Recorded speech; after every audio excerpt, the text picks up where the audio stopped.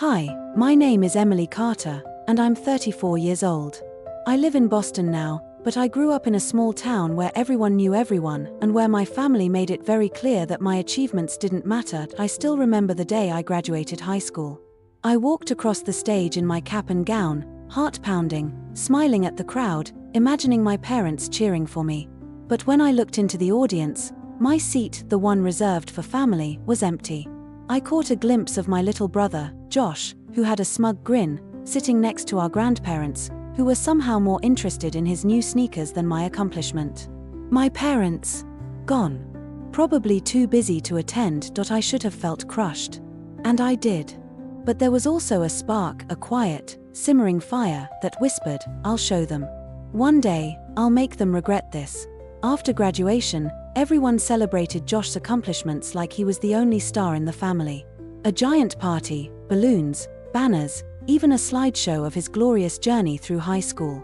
I was invited, of course, but more as an afterthought. Don't feel left out, my mom had said, handing me a glass of punch with a forced smile. I could feel the words dripping with obligation rather than pride. That night, I sat in my room, looking at my empty walls, my books scattered on the floor, and the small trophy I had won for academic excellence. No one had bothered to hang it up for me, like they had for Josh. My chest tightened as I whispered to myself, you'll see. I'll make them see me. College was my escape. I left that small town behind, determined to build a life where my family's opinion didn't define me. I threw myself into my studies, devouring every book I could get my hands on, joining clubs, tutoring students, working part-time jobs that made me feel alive. Every late night in the library, every rejection letter I received for internships, I stored inside me, using it as fuel. And then, years later, I got my first big break, a teaching assistantship at a prestigious university. I could hardly contain my excitement when I opened the acceptance letter. I imagined calling my parents, telling them, I did it. Look at me now. But I didn't. The thought of their lack of enthusiasm still stung too much. Instead, I smiled quietly to myself and got to work. Even then, I didn't realize how much this path would come full circle. That quiet spark I felt back in high school, it had grown into a blazing determination. One that would lead me to a podium years later, with my family standing in line not for my brother, but for me. When I first stepped onto campus, I felt like a small boat in a stormy ocean. Everything was bigger, louder, and more intimidating than I had imagined. The professors spoke with authority that made my stomach twist in awe. The students moved like they belonged, confident and sure. And there I was, carrying the weight of years of being overlooked, determined not to be invisible anymore. I remember my first lecture as a freshman.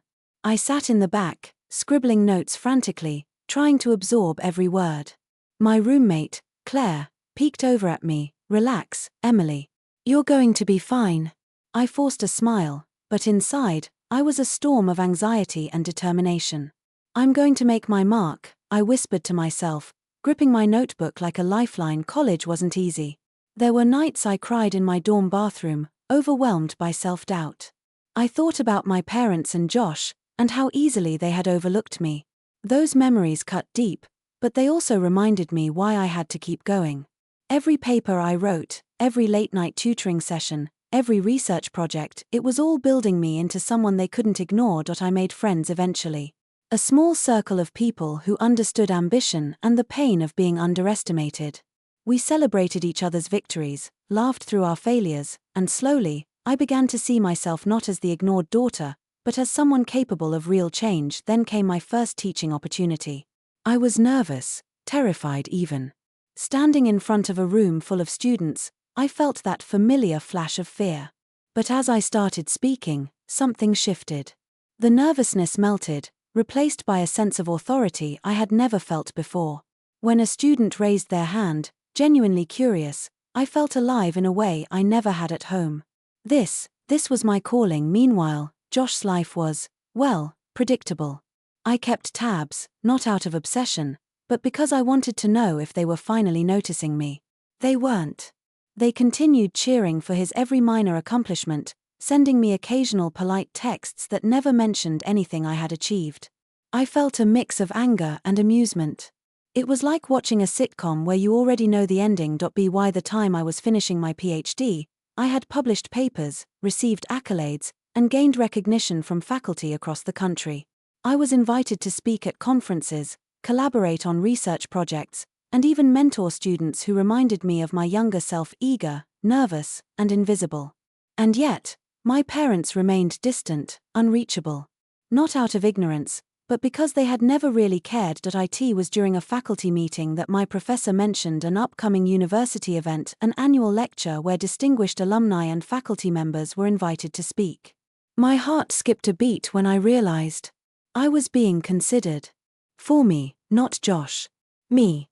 The thought was intoxicating, a dream that had seemed impossible years ago when I sat in that empty seat at my high school graduation. I could almost see it, the day when they would finally have to face me as more than Josh's sister. And I could hardly wait. But I also knew patience was part of the plan. Revenge, if you want to call it that, isn't about anger, it's about timing. The day finally arrived. My hands trembled slightly as I adjusted the microphone at the podium, the bright lights of the auditorium shining down like a spotlight I had always dreamed of stepping into. Rows of seats were filled with students, faculty, and my family. I saw them instantly. My parents, stiff and formal, sitting next to Josh, who looked confused and slightly uncomfortable.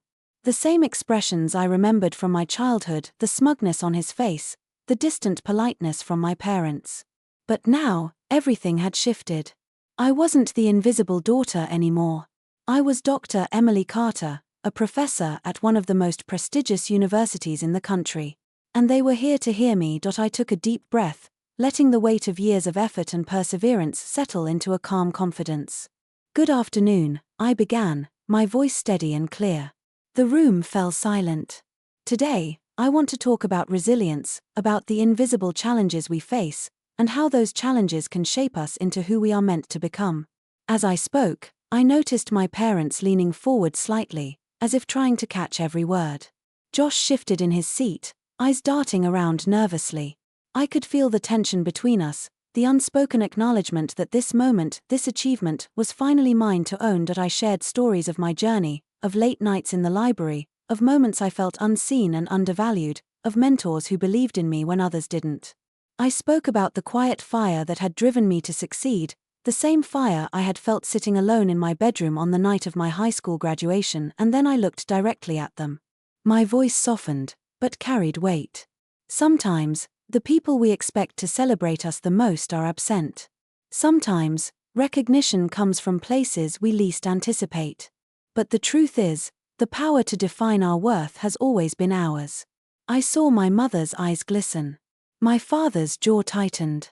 Josh looked smaller somehow, as if the invisible shadow he had cast over me for years was finally being lifted after the lecture. As students applauded, my family stood as well. Not just out of politeness, but because they couldn't deny what they had witnessed. I didn't gloat. I didn't need to. My presence, my achievement, spoke louder than any words could. Later, my mother approached me. Her voice was quiet, almost tentative. "Emily, we're proud of you." I nodded, smiling gently. "Thank you. It means a lot."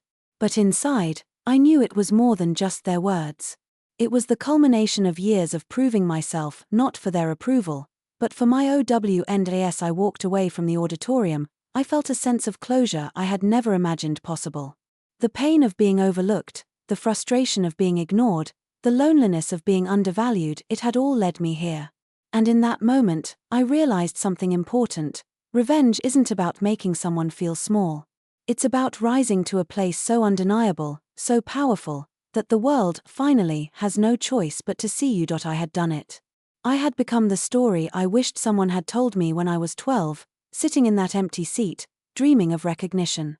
And this time, I didn't need anyone's permission to shine. After the lecture, the auditorium emptied slowly.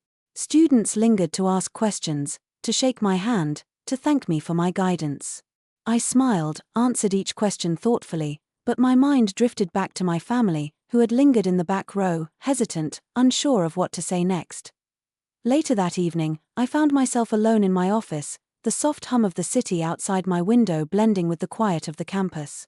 I sank into my chair, letting the adrenaline fade, and finally allowed myself to breathe. 4 years, I had carried the weight of being overlooked, ignored, dismissed. That weight was gone now. I didn't feel the need to prove anything to my parents or to Josh. I had already proven it, in ways that mattered, and yet, there was compassion, too. I thought about my mother, her eyes brimming with unspoken apologies, her quiet words of pride. I realized that her absence at my graduation hadn't been just negligence, it was fear, misunderstanding, a clumsy way of showing love she didn't know how to express. I forgave them, not because they deserved it, but because I needed to release myself from the anger that had fueled me for so long. Josh came to my office later, looking sheepish. "Emily." I didn't know. His voice trailed off. I smiled, leaning back in my chair. "You don't have to know, Josh. What matters is that I kept going. I did this for me, not for anyone else."